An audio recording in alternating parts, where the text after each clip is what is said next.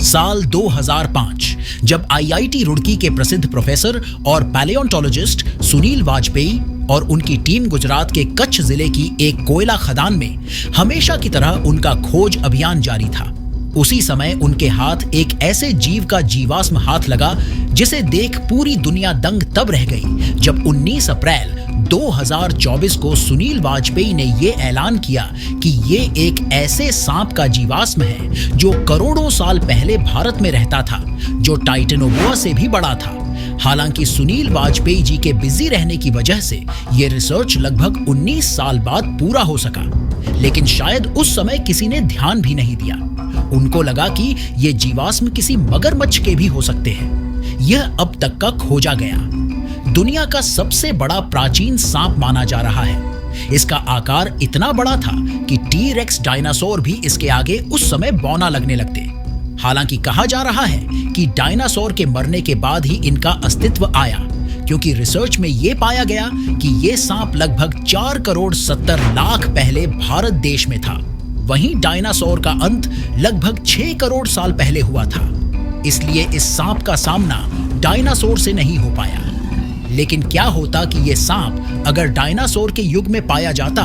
शायद डायनासोर का खात्मा यह विशालकाय सांप कर देता, क्योंकि अगर इसके साइज की बात करें तो इसकी लंबाई 15 मीटर के आसपास बताई जा रही है, जो डायनासोर से बड़ी मानी जाती है। ये दुनिया में अब तक के सबसे बड़े जीवित सांपों में से एक के अवशेष हैं, जो किसी विशालकाय जीव से कम नहीं है। लेकिन इससे भी रोचक बात यह है कि जिस समय का यह सांप है, उस समय यह पृथ्वी कुछ अलग ही दिखाई देती थी। पृथ्वी के चारों ओर ज्वालामुखियों का भंडार था। पृथ्वी उस समय काफी गर्म थी और उस समय भारत का यह क्षेत्र भी यहाँ नहीं था, और ना ही उस समय हिमालय जैसे विशाल पर्वत का निर्माण हुआ था। लेकिन अगर सांपों के एनवायरनमेंट को देखा जाए तो आज भी आपको अधिकतर सांप गर्म जगहों पर ज्यादा मिलेंगे। शायद ये एनवायरनमेंट भी वासुकी के लिए काफी अच्छा रहा होगा, इसलिए उसके साइज में इतनी वृद्धि हो पाई। दूसरी बात कि उस समय शायद कोई जीव इससे भी बड़ा रहा होगा। ये विलुप्त हो चुका सांप शायद अब तक का सबसे बड़ा सांप रहा होगा, जो आज के समय एनाकोंडा और अजगरों को भी बौना बना देता है। आज के समय अजगर लगभग 6 मीटर लंबे हो सकते हैं। वैज्ञानिकों के खोजे गए इस सांप को वासुकी इंडिकस नाम दिया गया है। हिंदू पौराणिक कथाओं के मुताबिक वासुकी भगवान शिव के गले में मौजूद सांप का नाम है। यह सांप संभवतः धीमी स्पीड से चलता रहा होगा, वहीं यह अपने शिकारियों का घात लगाकर शिकार करता रहा होगा। यह जानवर को चारों ओर लपेटकर यह उसे मारता रहा होगा, ठीक उसी तरह जैसे एनाकोंडा और अजगर करते हैं। वैज्ञानिकों को मिले इन 27 जीवाश्म का विश्लेषण किया गया, जिनमें से कुछ अभी भी एक दूसरे से जुड़े हुए हैं। जब वासुकी इंडिकस की हड्डियां पहली बार दिखी तो वैज्ञानिकों को लगा कि यह मगरमच्छ जैसे किसी जीव का फॉसिल है। वैज्ञानिकों का कहना है कि जब तक 2023 में उन्होंने जीवाश्मों से तलछट नहीं हटाई, तब तक उन्हें एहसास नहीं हुआ कि यह एक विशालकाय सांप के अवशेष हैं। अध्ययन में कहा गया है कि जीवाश्म को देखने से लगता है कि यह किसी पूर्ण विकसित जानवर का जीवाश्म है।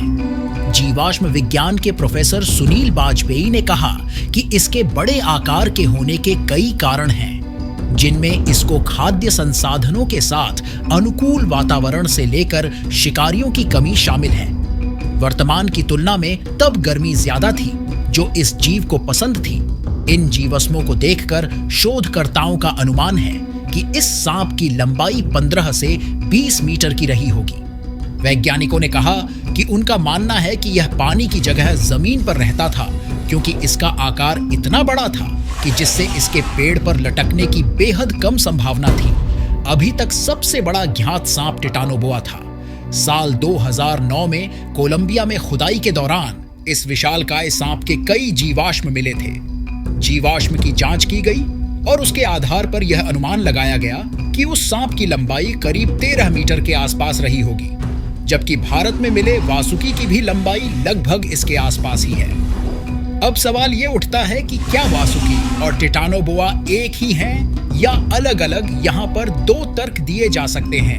एक, टिटानोबोआ और वासुकी एक ही हैं, क्योंकि उस समय भारत की ये धरती यूरेशिया प्लेट से काफी दूर थी और बाद में जब ये एक साथ जुड़ी तो टिटानोबोआ के जीवाश्म यहाँ आ गए, जिसे आज वासुकी के नाम से जाना जाता है। दूसरा, शायद इस सांप का अस्तित्व इसके बाद आया हो। वजह कुछ भी हो, लेकिन उस समय ये सांप इस धरती के सबसे बड़े राजा थे। दोस्तों, भारत में मिला ये सांप शायद किसी रहस्य से पर्दा उठा दे, क्योंकि भारत के उन महान वैज्ञानिकों की वजह से ही ये संभव हो पाया है कि इस धरती का सबसे बड़ा जीव भारत में खोजा गया, जो हमारे लिए गर्व की बात है।